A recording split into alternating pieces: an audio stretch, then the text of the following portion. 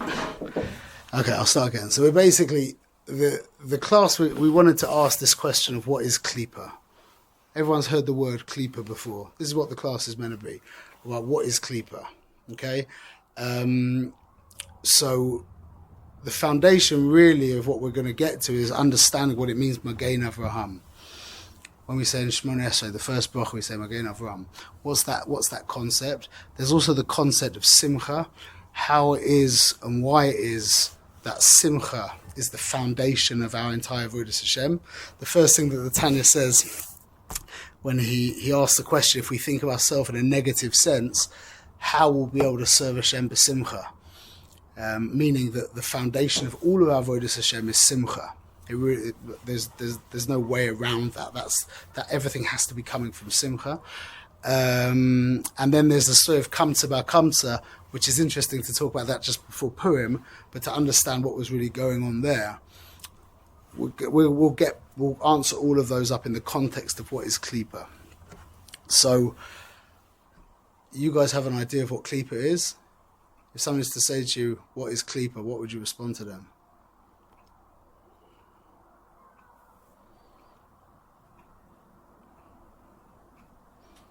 Most people don't have much to say on that. So it's what allows reality to be as it is. Klippah is not necessarily a negative thing. We talk about someone being a Klippah. We use it colloquially.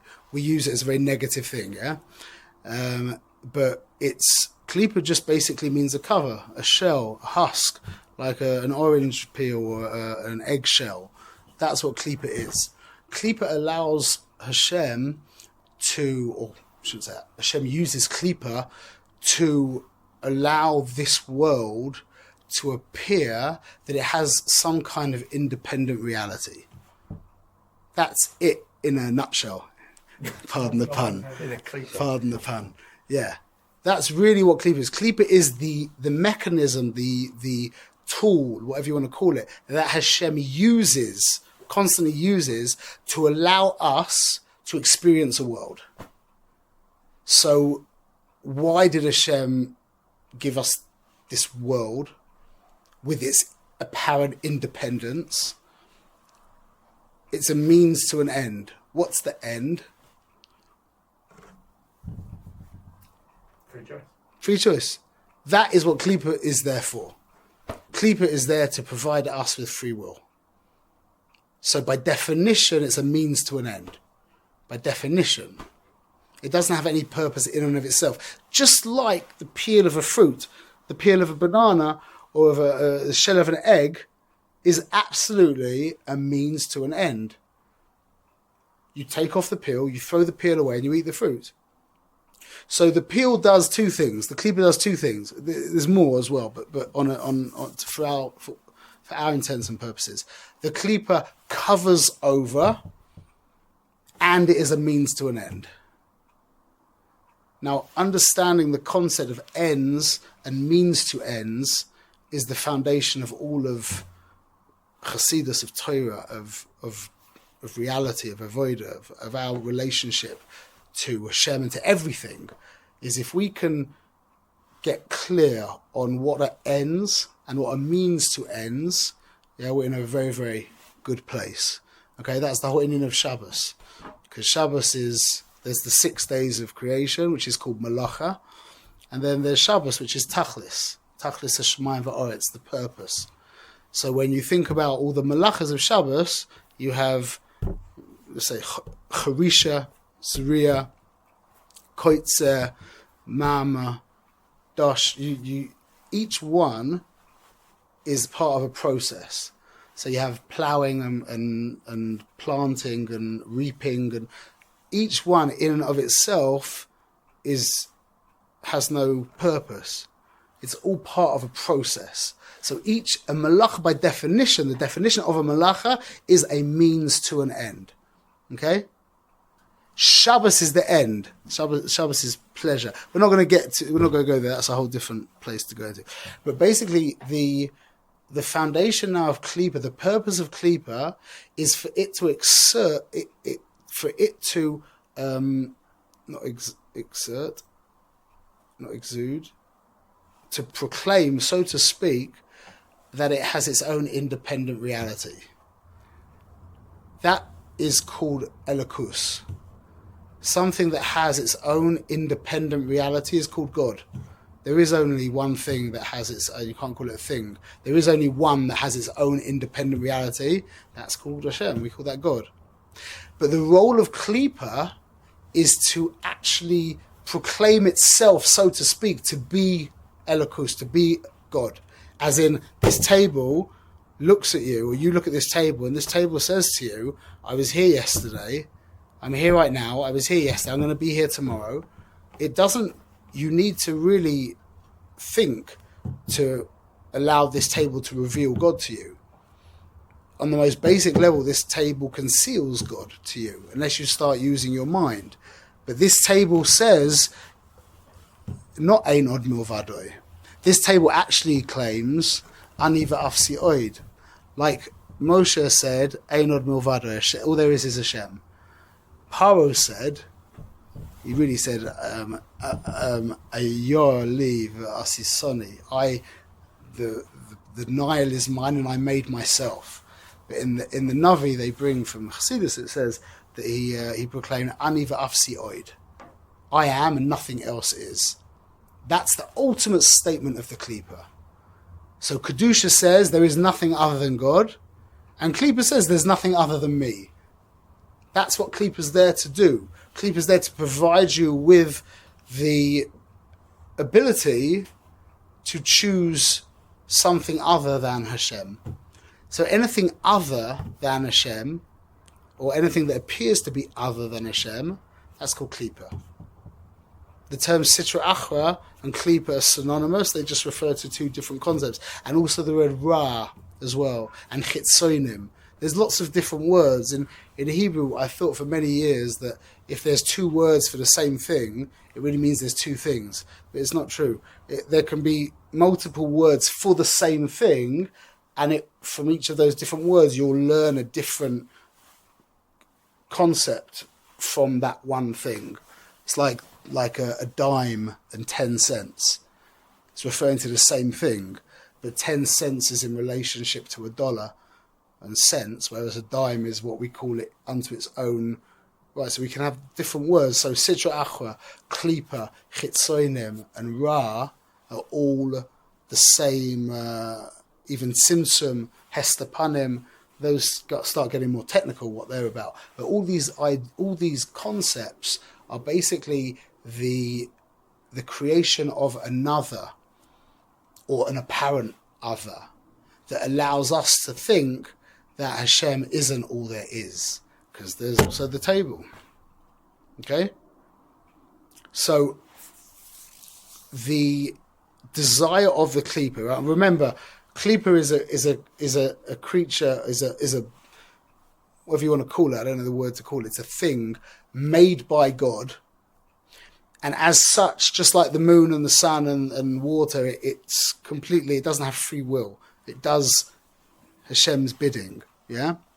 But it was invested with a desire of its own. And its desire is to exist. That's what Klippah does. Just like a tiger has its nature is to, as something walks past, it sees the back. If you watch a tiger, you'll see that in captivity that's from the wild, you'll see it standing there, and as someone walks past it and it sees the back of anything, it gets ready to pounce. That's the nature of a tiger. So the nature of Klippah is to long to or want to exist. How does that actually play out in the world? Because it exists. If something really wants to exist and it already exists, what does that look like? So it plays out in a couple of ways. So the first point is that it wants to become more and it wants to accumulate. So now, forget the Klippah. Where we're going to turn now to make it very relevant is to talk about us, what the Klippah in us is. Okay, because we could go in a few different directions with this class. When talking about Klippah, we could talk about the mechanism and the technicalities of what Klippah actually is and how it works. Or we could go the route that I want to go and to see the Klippah inside of us, that part of us that's called Klippah, how does that express itself? That part of us that is the opposite of Hashem, which we're experiencing the whole time, literally the whole time. How does that play out in this world? Okay, so the first thing is that it wants more and it wants to accumulate. Okay, that's a very simple concept, that the more stuff I have, the bigger I am, the more solid my existence becomes. Yeah. Then there's the idea of being special and sticking out, being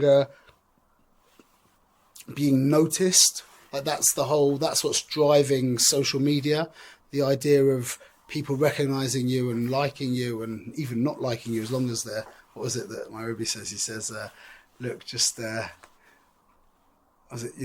tell me that, talk bad about me. So just as long as you're talking about me, that's the main thing. So, that desire to stick out and to be special, but this is where we really want to go. The deepest desire of Klippah is to solidify its own existence. As we just said, the most effective way of solidifying our own existence is through identification. Identification is what we do through our faculty of das. Identification is when me and something else merge with each other on a level of self. Meaning that on a very simple level, a person is identified with, let's say, his football team. He'll use the word we when he's talking about his football team. When his football team win, he'll be jumping around and celebrating. And when they lose, he'll be on the floor crying. How could that be? What's happened is the person, that's what it means, identify. Identification means that the person's sense of self, and it could be anything, let's say for in that example, the football team, have merged with each other. They've become one. Okay? So we can literally identify with anything, and this is what the Klippah in us is trying to do all the time, identify with anything it can. Now, ideally, it would identify with our property portfolio and our Ferraris and our position of power, whatever. Yeah, that's ideally. If we don't have that, which most of us don't, it could end up identifying with something like a backache or with an abusive marriage. Meaning it will start to, all it wants to do is exist. So if it doesn't have the $10 billion property portfolio, it needs to latch on to something, to identify with something, even a backache, even my abusive childhood. It can actually identify with that and therefore solidify my sense of self. You with me? It's a profound idea. So we're constantly looking. So the idea of when a person just says, I'm so rubbish, or I'm worthless, and I'm nothing, yeah, and we think that person's got no ego, their sense of ego is gone. It's actually the exact opposite. It's absolute ego. In fact, them and Donald Trump, I always use him as my example of a good example of someone who's egotistical, yeah, they're actually very similar. Just they've identified with what they had access to identify with. Trump has got his properties all over the world and his positions of power, and this person doesn't have any of that. So they've identified with whatever they have had and whatever they do have, and it's the same mechanism that's working in Donald Trump and in this schleppy housewife in wherever it is. the same mechanism is working. This concept of solidifying my existence. As long as I'm the most abused person, or I'm the unluckiest person, or etc., that is the ego having latched on. I tried not to use the word ego. I've used the word Yesha Bahami. It's a nicer Jewish way of saying ego. So we'll try and use that for now. What is it, Yesha? What? What was the word that you're going to use? Yesh HaBahami. Our animal sense of self, which is what the Goyim referred to as ego. So this is an amazing thing. We're going to take it a step further. So I'm going to draw this quickly. It's very simple, but just to see it graphically, it's going to be helpful. You have to identify with something. What? You're saying is you have to everyone has to not with part of your identity, like you exist. Identify with a lot of stuff. If you don't have problems or good things, then you don't exist. That's what you're saying. That's what you're saying. We have to we're longing to identify with everything. Now, the longing to identify just sounds like you're saying is that you have to be careful what you identify with. Well, you have to, as a Jew, see. We'll get there. We'll get there. So this is basically. It's hardly even worth drawing. It's very simple. So now, this is the person, the sense of self. Okay, this is the actual person himself. Now, the more things we identify with, not that the wall goes further from us, but this wall gets thicker and higher and stronger. Okay, this would be a person whose wall around him conceptually is very fortified, very high, very thick, made of strong material. That would be a person who we would say has a very strong Yesha Bahami, a very strong sense of ego. Okay? Not a strong sense of ego, but his ego, his sense of self, has been able to latch on to so many different things, or one thing in such a profound way, that he has created this wall around him that becomes basically impenetrable. Okay? It becomes like impenetrable. Right. Now, what's anger? Yaakov's a PhD in psychology, no?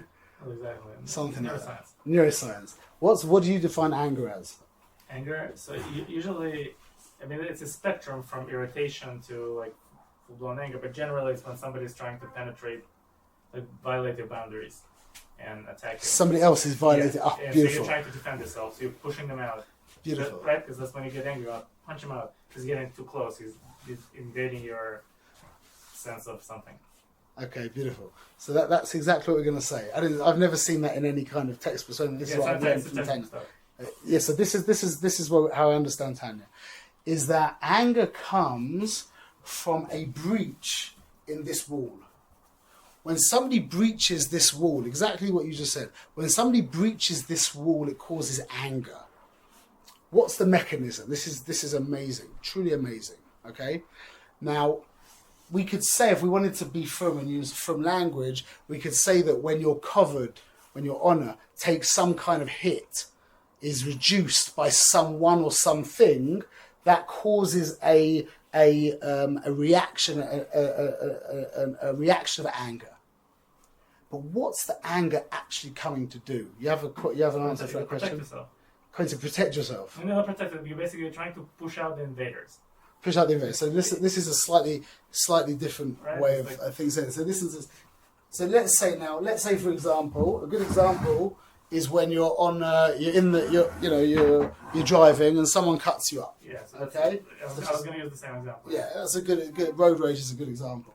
And also just to think, it's nice thing to think is that when you're in your car, your boundaries are you're delineated very cleanly in your little metal box. Yeah, your wall is conceptually there. You're in your wall, so you feel that's anyway. So now what happens is this guy basically cuts you up. Yeah, which means he really broke your wall here. He diminished you. He diminished you. So you're nobody. I can just. Yeah. So he diminished you. He basically broke your wall. He created a break in your wall. Now, what anger does? This is the mechanism of anger. How I've understood it. Anger turns X into an enemy. Which means, conceptually, this is X. He's the guy who cut you up. Now, what anger does is by me turning him to an enemy is basically someone that I build a wall between, me and him. I erect a wall between me and my enemy.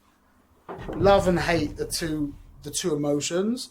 Love is a attraction towards, and hate is a repulsion away. Which means I build a wall around you. When I hate someone, I build a wall around them. So anger is basically me proclaiming my hate for so-and-so. So what I do is I build a wall around him, and by building a wall around him, just like if I live next door to somebody and he builds a wall on his field, by definition, automatically he fills in the wall on my field. So a wall around him, the other side of that wall, is delineating me. So by me turning him into an enemy through my anger, I actually fill the break in the wall of my Yesh Bahami that he broke.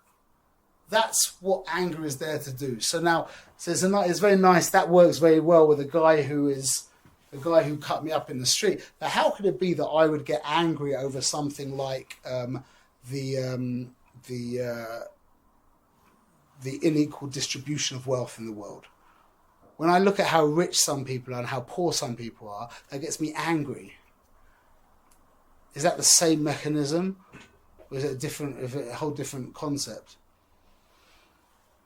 The same. It's exactly the same. The thing is here, it's much more conceptual. That could get you angry. Get people angry. You could get angry over some kind of injustice. I mean, that gets me angry. But something that's so an injustice from you. It's injustice. It's out of your reach. Well, let's say somebody told you that they were in the supermarket, yeah, and some guy didn't have money to pay, and they gave him the credit card as a big chesed to pay, and after he paid, he ran off with the credit card. Would that make you angry? That someone would do such a thing? I mean, bothers. I mean, if I was in the store, maybe I'd get angry and try to get him. No, but if I'm not in the store, it would be upsetting. It would be like it would feel something bad happened. But you could imagine someone doing. It depends who you are. I'll get there. We'll explain that in a second. What would make you? I was just giving an example of me. It makes me angry when I see people driving around in, $1 million cars, and I have people calling me asking for food for Shabbos. That makes me angry that there's people who drive $1 million cars when there's people with no money. That makes me angry. I'm not like screaming and shouting. Okay. Why? Because I have identified with the concept of wealth, the concept of justice. That's part of my identity. That's part of who I am. So when I see that value that I have being broken by someone, it's the exact same thing. The exact same thing. And again, it's the anger that puts even the weather. If I identify with the fact that I deserve that it should be a nice day, that's I'm identified with the fact that I deserve X, Y, and Z, whatever it is, and it doesn't work out, then I get angry. Again, it's the exact same mechanism. That's why the Tzaddikim explained that by remaining silent when somebody embarrasses you is one of the ultimate spiritual practices you could ever do. Because when this wall, it's really funny because when this wall gets broken down, even though you feel like you're dying and that it's like you can't live and you're gonna die, you're gonna stop existing, yeah? The truth is that that's not true at all. Absolutely not true whatsoever. And in fact, ultimate life, true life, real life, is when we remove that wall around us. Because that wall is just an imaginary, it's just a conceptual thought construct that we've made. Because you don't really identify with anything. You can't identify with a football club. You identify with the concept of the football club that you've invented in your mind. You with me? That's really all of our identification on a deeper level. All of our identification is with what we call thought forms. That's really what identification is. It's a dimion, yeah. Except for like, with a person, you can actually have that's the avoda, the avoda of marriage is identifying with your wife, a genuine merging with your wife. So that's not a thought form. That's two beings merging into one. But the things of Klippah, treif identifications, which we're full of, the identifications we have with Klippah are always to do with actual thought forms. That's really what it's all about. So now, this actually answers up now a beautiful thing that when I realised this, mamash, I can't tell you the simcha. How do we deal with this? How would we deal with the fact that God gets angry? See, as a film guy, yeah, as an FFB person, people don't have that issue. A little bit. But as a Baal Tshuva, when you read the Chumash and you see God gets angry at this and he gets angry at that, and he's like this old angry man screaming the whole time, yeah? It's difficult to deal with when you're coming from the outside. How do you deal with it? But it's the exact same concept on a much holier level. Is that what makes God angry? There's only one thing that makes Hashem angry.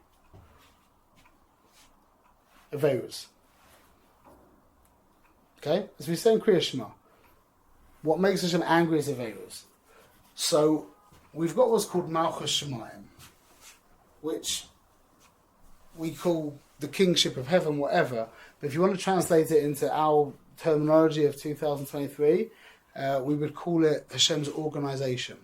That's what Malchus Shemayim is. It's an organization. So you have a company where you have the CEO over here, and then you have the managing directors, let's say, and then you have like the CFO, and you have this broken down into all different. I know it gets more complicated nowadays, and then it breaks down into more, and that's an organization. Okay, so you have Jeff Bezos up here, and then you have myriads and myriads, and then you have the guy who actually hands you the package down here after all the yeah. But it's really Jeff Bezos flowing through all of the system down to the little guy who gets out his car and hands you the package. Yeah, for all intents and purposes, that's really, in a sense, Jeff Bezos himself coming and handing you your package. Just like I would give it with my hand, he uses another guy. Eventually, it comes down and he gives it to you. Yeah.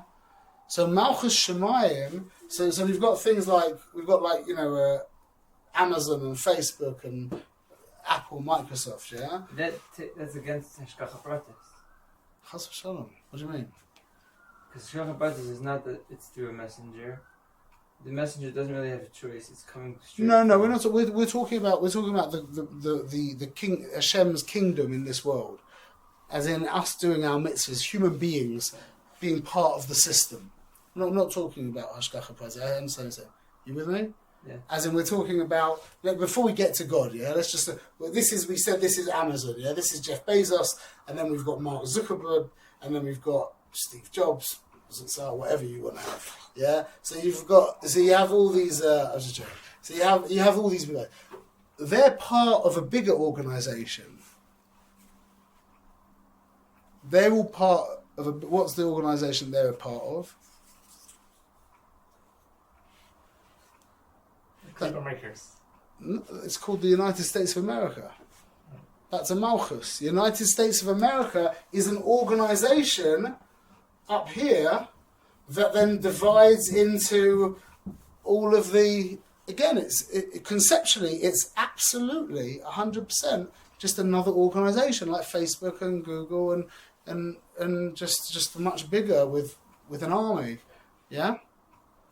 So Malchus Shemayim is going to be when there's Melech HaMashiach up here, who's absolutely and utterly dedicated to Hashem, and all of the Malachim, Donald Trump and Putin and whoever else they are all under his direction, and then the whole world is in complete harmony, down to the little guys who are handing out the candies wherever. They are just like this guy who handed you the package was really just an embodiment, in a sense, of Jeff Bezos. Yeah, L'havdil. So when the Boinu Shalom is at the top, when Malchus Shemayim is complete, and Mashiach, so the Boinu Shalom is here, and when and Mashiach is here, and everything's coming through, all of it, then that means the world is full of Deus Hashem. That's the Inyan, that's the content of Hashem pouring down through the whole thing, and the whole world becomes unified with Hashem. So it was going to be a personal relationship.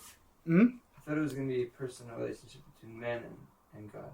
Well, this is a relationship, so, well, it is... The way this equation is made is that even after Mashiach, you're not going to have a personal relationship. You'll be getting somewhat of a hashpah, down the line. No. Well, this is talking about how the world, on the external level, so to speak, how the world is running. That's how it looks like it's running. Well, yeah, but that's how it is. That's how it actually expresses itself in the world. That's how Ratzon Hashem expresses itself in the world. It's not actually what's happening. It's how it seems it's happening. Why? Because Mishkach Avatos means that really it's direct. God is having a direct relationship with you. You're right, but this, just because this is how the system works, it doesn't mean that this guy can't be having a direct relationship with God as well. But there's a system. You've got the concept of the Gedolei Yisrael, and then under the Gedolei Yisrael, then you've got the Rabbonim and the Rabbonos and the Batei Dinim, and then you've got the regular Yidden. You understand? Then you've got the kids. So there's a structural system, 100%. So it's not we're not talking about an actual personal relationship. We're just talking about the structure, the organisation of what we call Malchus Shemayim. Okay, so there's at the moment the lower components are in harmony. Amazon is in harmony down the line. Right. This is saying that the harmony doesn't exist higher level at all. But when this happens, then the whole thing will be playing to the same conductor, the orchestra. So they will all align and be working in for the same purpose. Because right now, Facebook and Amazon and Google are in competition with each other. Yeah. But once they're all looking, because they're the top of their, that's why we say very quietly, because it's not there yet. On Yom Kippur, when all the Yidden are in shul and we're doing what we're meant to be doing, then we say it out loud, because then it's mamash in place. But everyone's working to be on the top. That's what you're saying. Everyone's working. You're saying is everyone's working to be on the top, without realizing that the truth is that there's someone on top. Well, because they're working for the one on top. Right now, they're trying to be their own God, their own God. Like we said, that's Klippah. Right. Exactly, that's Klippah. So once this now this is the point. What does it mean Hashem gets angry? So in a sense, this is called Geus Lavesh. The Malchus of Hashem is called his gaiva, his arrogance. Yeah, that's not the right word to say that, but we say that. The Psukim say that this is his system, and he needs this, or wants this, for however we say that.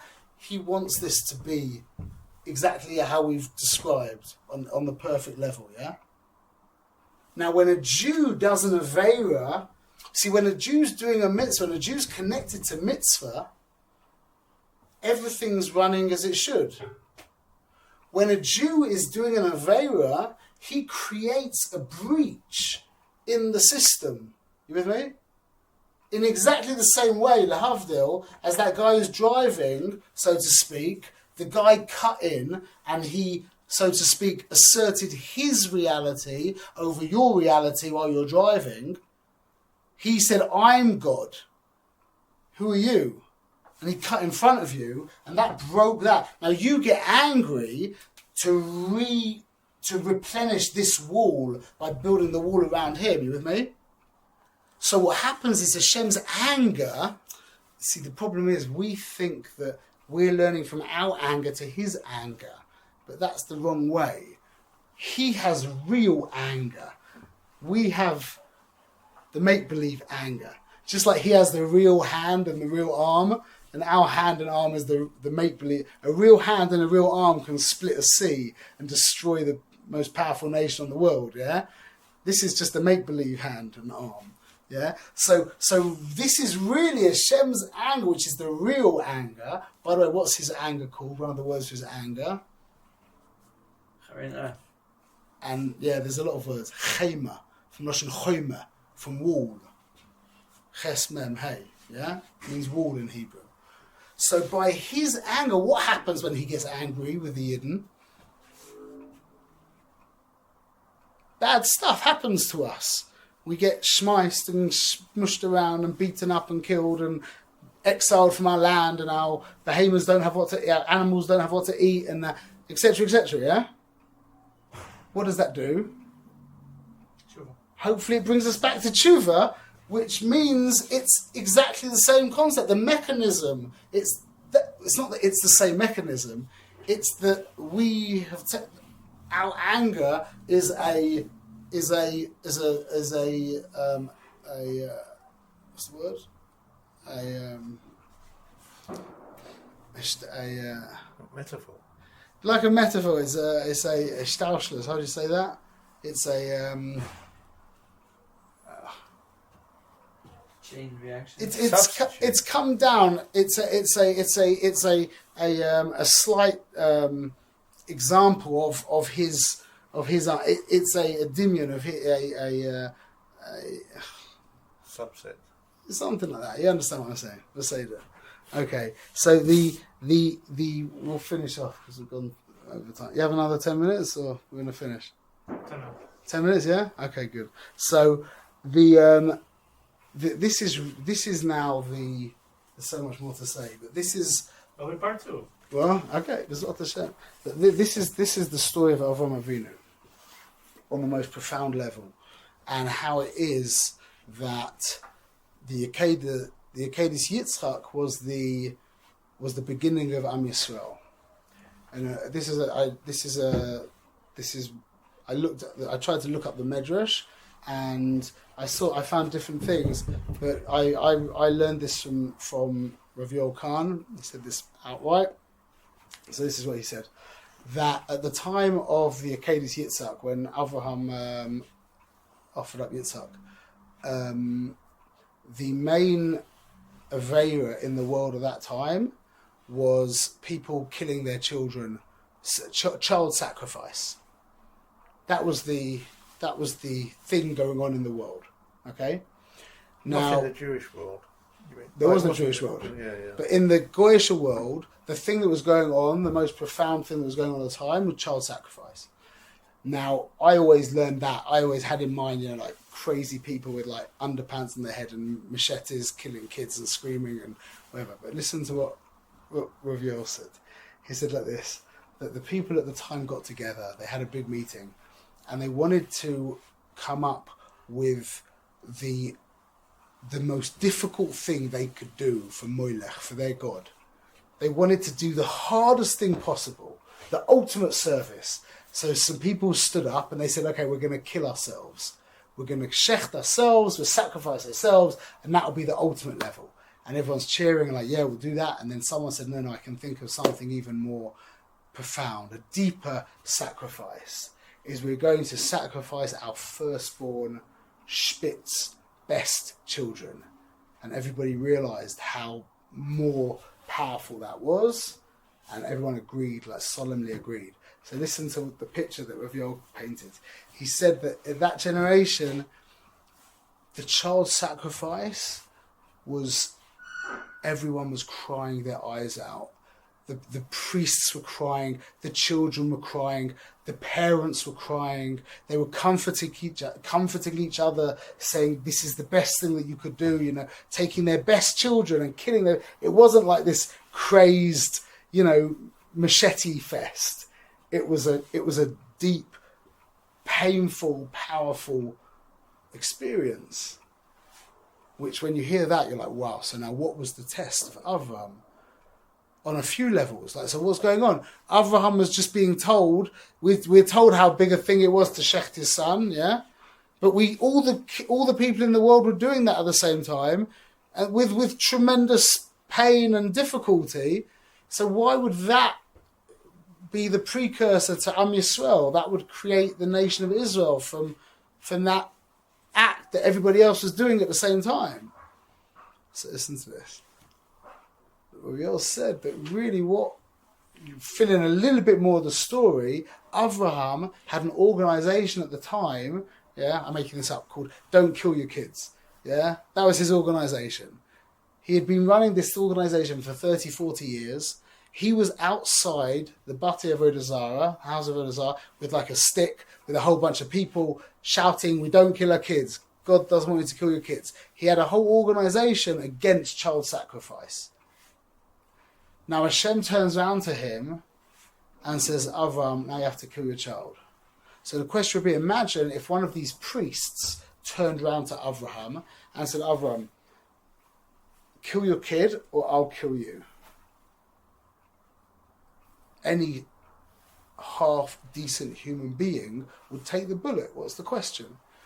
He's been running this organization for 30, 40 years. Don't kill your children. A guy says, "Now kill your kid or I'll kill you." What's the question? Of course you kill me. Hashem turns around to Avraham and says, "Avraham, kill your child." Avraham says yes. This is the key word here, is that Avraham, on this understanding of what the Kedes Yitzhak was, Avraham was giving up his shita. That's the key word, shita. Identification.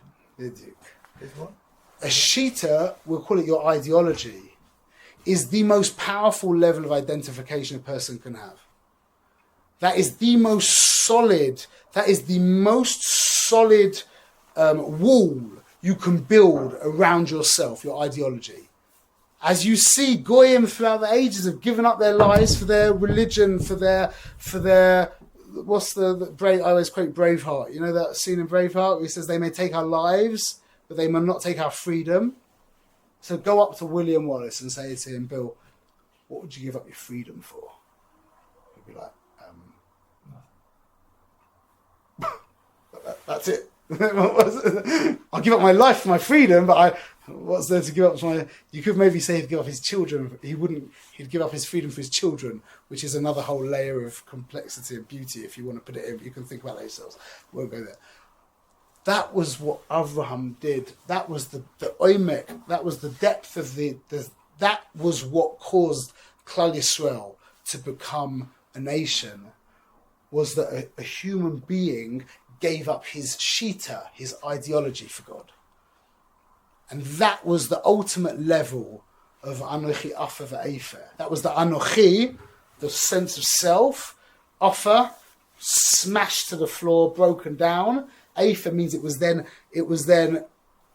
not sacrificed. What? Elevated. It was then elevated or burned as a sacrifice to Hashem and left with Efer. That was Avram. So just to quickly finish off again, these are all things we could talk about forever. That kamsa bar kamsa. So we just spoke about the negative way. How do you break this? How do you break this yesha bahami? So we spoke about it could be through suffering, it could be through embarrassment, it could be through things not going, etc., etc. As we just spoke about, all these things that dent your sense of self, they allow you to diminish this wall. But you know what? In this generation, the most profound, well, it's always been, but in this generation, because we're so weak, possibly the most profound way of dissolving that wall is. So I'll give you a quick story. I said this at my Shabbos table, but excuse me that I'll repeat it again. I had a kid when I took pictures at a chasna one time. This kid, the chassan, called me a couple of months before the chasna saying, "Shmuel, just one thing, my parents absolutely hate each other, divorced. We can't, under any circumstances, you can't take a picture with them together. It will be a disaster." He called me a week before, he called me the day before. 3 times he called me. "Shmuel, please, I know I've told you, just remember, don't ask them to be, make sure they're away from each other." At the simcha, after the chuppah, they both come up to me together. Like, "Shmuel, can we get a picture, please, with our son together?" They were like, it was amazing. The boy was there like this. He couldn't, believe what had happened. Simcha is one of the most profound tools, it's not the right word, that we have that will allow us to remove this wall. Simcha. And that's the oimek of the story of Kamsa Bar Kamsa. Because you know the story of Kamsa Bar Kamsa, yeah? You know the story of Kamsa Bar Kamsa? So the Pashup Pshat is it was just he embarrassed someone in public. But there's lots of examples. I know that's a terrible, terrible thing, don't get me wrong, but there's lots of examples of someone embarrassing someone in public. That wasn't the oimek of the story. The oimek of the story was, it was at a simcha. And the mechanism, the natural mechanism that Hashem has created in this world that allows for the dissolution of the Yesha Bahami is simcha. And the guy comes at a simcha. So if you were just being natural and playing with the rules of reality, you would have said, you know what, sit down, eat, come. Verstehen? He went against nature with his Yesha Bahami. That was worthy of the base of Mikdash Islam being destroyed. That not cashing in on the mechanisms that Hashem built into reality to allow us to actually serve God, to go against nature, to protect our sense of self, that was a cause for the destruction of the base of Mikdash. And that's Magen Avraham. Magen Avraham, Magen means a shield, a surrounding. What's the Magen? Who's the Magen Avraham?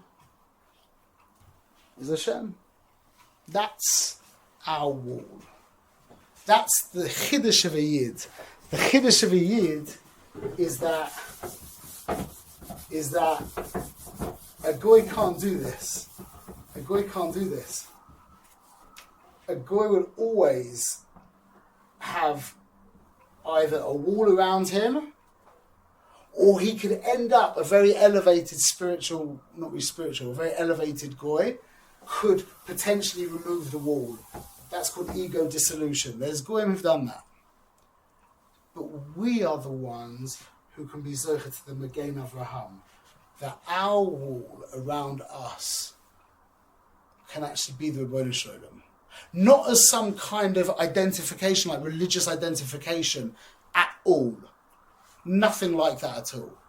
But actually having our sense of self, so to speak, dissolve into him. So the Magen Avraham really means that the little blip in the middle that we call me actually ends up dissolving into that wall that we call Hashem, and that's how Hashem actually comes into this world.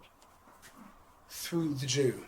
Because only the Jew can do that. The highest level of the Jew, of the goy is shita. We can bring, maybe next time we'll bring loads of beautiful examples, like the story in the Gemara in Sukkah, of when the goyim ask Hashem for a mitzvah, and he gives them the mitzvah of Sukkah. You know the Gemara I'm talking about? Yeah, that's a beautiful demonstration of this idea. Another time we'll go there. Anyway, so just by Purim, just to bring it back to Purim quickly, is we have all the mitzvahs of Purim, which is, not all of them, but Shlachmanas and Matanas of Yodim and Suda, is all this inyan of Simcha, which is helped by some alcohol as well, to dissolve this wall around us. B'ezrat Hashem. And then we can actually have real relationships with everybody else. And that's a precursor to Pesach, B'ezrat Hashem. And then it goes on from there. Okay, B'ezrat Hashem. Shkoyach. Yeah.